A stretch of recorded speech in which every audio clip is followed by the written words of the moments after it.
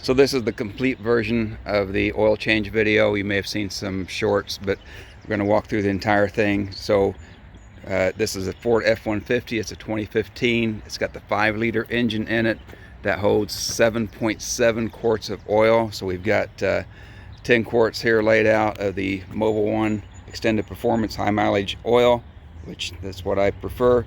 I've got a Mobil 1 filter. I've got a funnel to use to pour the oil in so I don't make a mess. I've got something to catch the oil in. We've got a 15mm wrench. We've got a couple of different oil filter wrenches. Going to end up using this band style because of the location of the filter.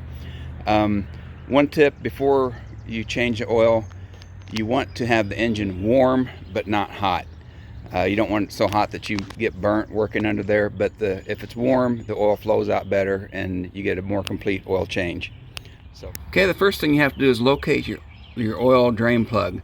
So the oil, you have to be careful to get your engine oil. So the engine's on the front. Behind that, you usually have a transmission. So this here is the transmission pan, drain plug that we can't see on this. But we don't want to do that. We want to get the engine oil. It's usually a deeper pan. It's right below the engine. So this one takes a 15mm wrench. Get on there and loosen.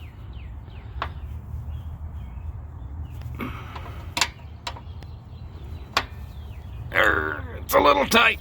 You have to be careful. Be sure you have a good quality wrench, because cheaper wrenches may stretch in a situation like this and then they would slip and strip off your bolt, which is really a bad situation to be in.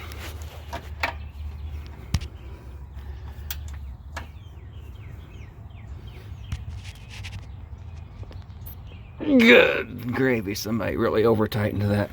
So never over tighten your oil plugs. There's no need for it, and it just is a big potential for future damage. Here's the situation. I'm changing the oil on this truck and the drain plug is extremely over tightened. So I want to be very careful not to round off the corners of the plug. So I went and grabbed my 1/2-inch drive ratchet. I got a 6-point socket.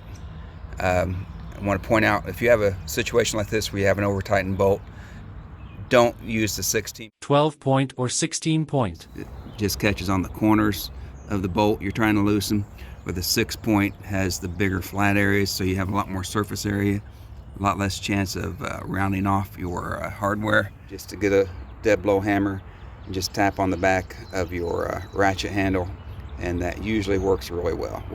Okay, I've got the over tightened plug, oil plug. I'm going to give it a tap here with the dead blow hammer on the 1/2-inch drive.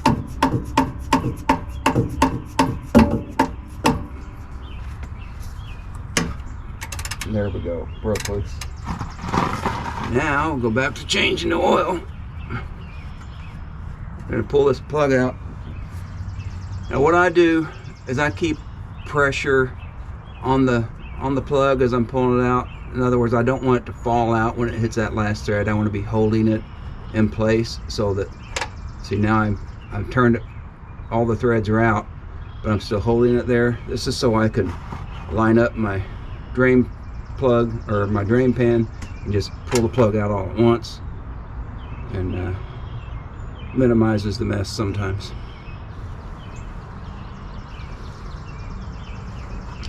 I'm going to adjust this pan so that when the stream starts to have less force, it still falls into the pan. Okay, now that the oil is drained out, we're just down to a very fine drip here. We're going to go ahead and put the plug back in the hole.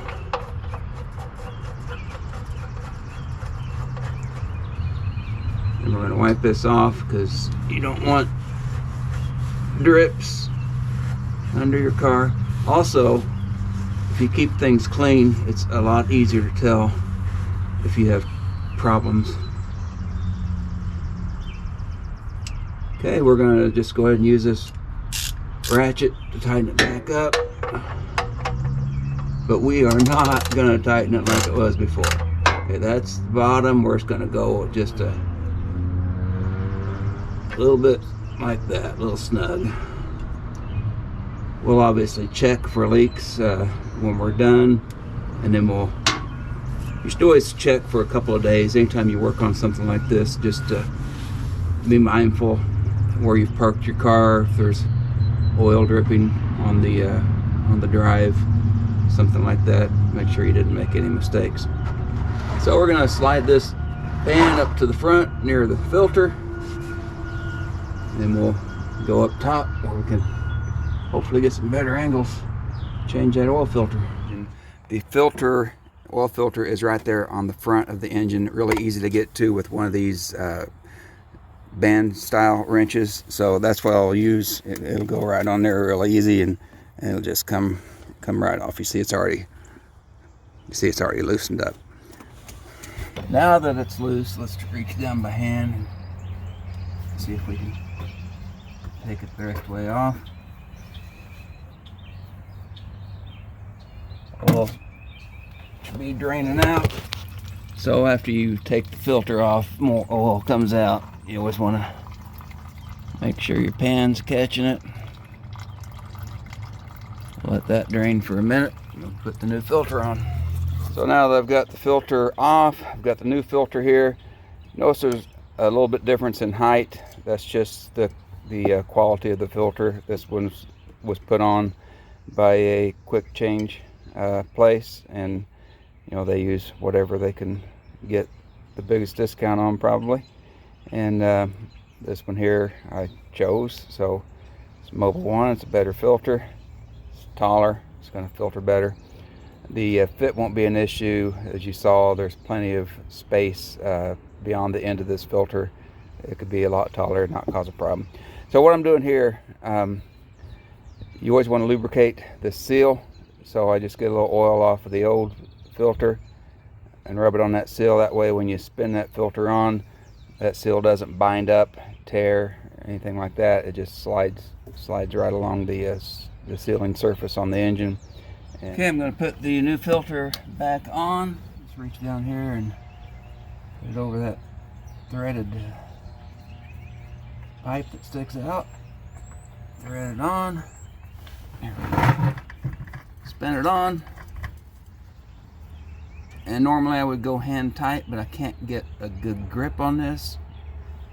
Just get it with my fingertips, so I'm going to put the wrench on it. Okay, so here's a situation where, since the filter I'm putting on is taller, it's a little harder to get to with this band style wrench. So I'm going to try the style here that just fits over the end. Use a 3/8 inch ratchet with it.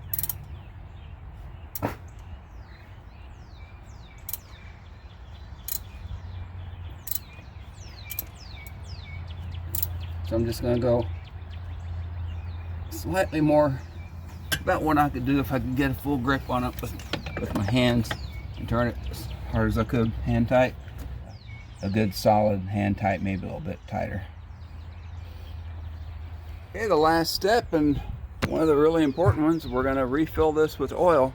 So the oil fill cap, come around here, right there. It's got a picture of an oil can on it. It says SAE 520. That's the OEM's recommendation for the oil on this. So we take this cap off, pretty easy, just a little half turn, pops off. Put that aside, we'll put a funnel in there and we'll pour some oil in. Okay, we're going to pour the oil in. Let's see if we can hit the funnel.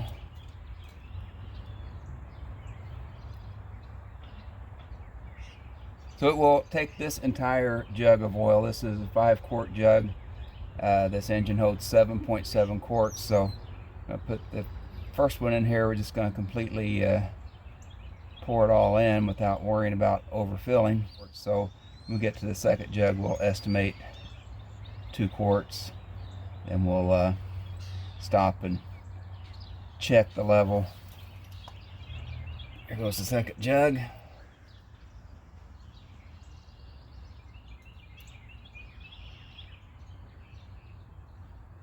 Remember, we only want to put 2.7 quarts out of this jug. So you can measure. There's little lines here on the back. 1 quart, 2 quarts, 3 quarts, 4 quarts. So I've used 1 quart so far. Get down to here, I'll be 2 quarts.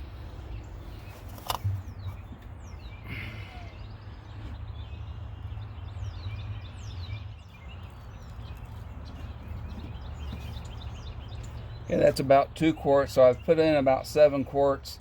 At this point, I'm going to check my dipstick and see where I'm at there.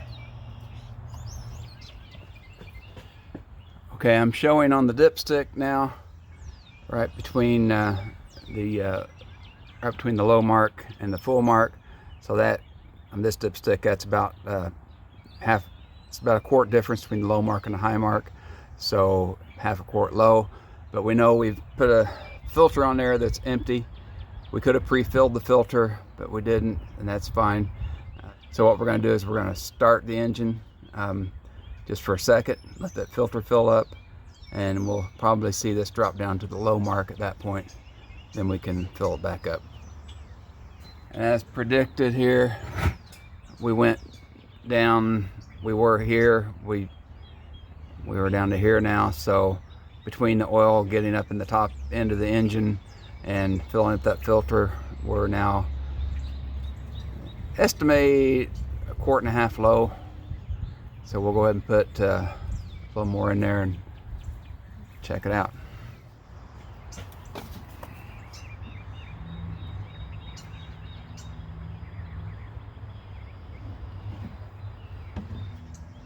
Okay, that was some good estimating there. So now we're right at the full mark. So that's good. So we'll button everything up here. We're going to clean up any spillage on the engine. If you have oil run down and get on your manifold or something else that's hot, it can stink, smoke, smell. If your engine's hot when it happens, I have seen cars catch on fire from someone trying to add oil to an extremely hot engine and get flashed up into flames. Be extremely careful when you're adding liquids to a hot engine. Also, clean engine is a happy engine. Okay, so that's it. We've got the oil cap back on. We've got our little spills and messes cleaned up. We got the filter on good and just over hand tight. We've got our oil right at the full mark on the dipstick after running the engine for a couple of minutes to let everything flow around and get into all the get the filter filled up and all that. So we are good.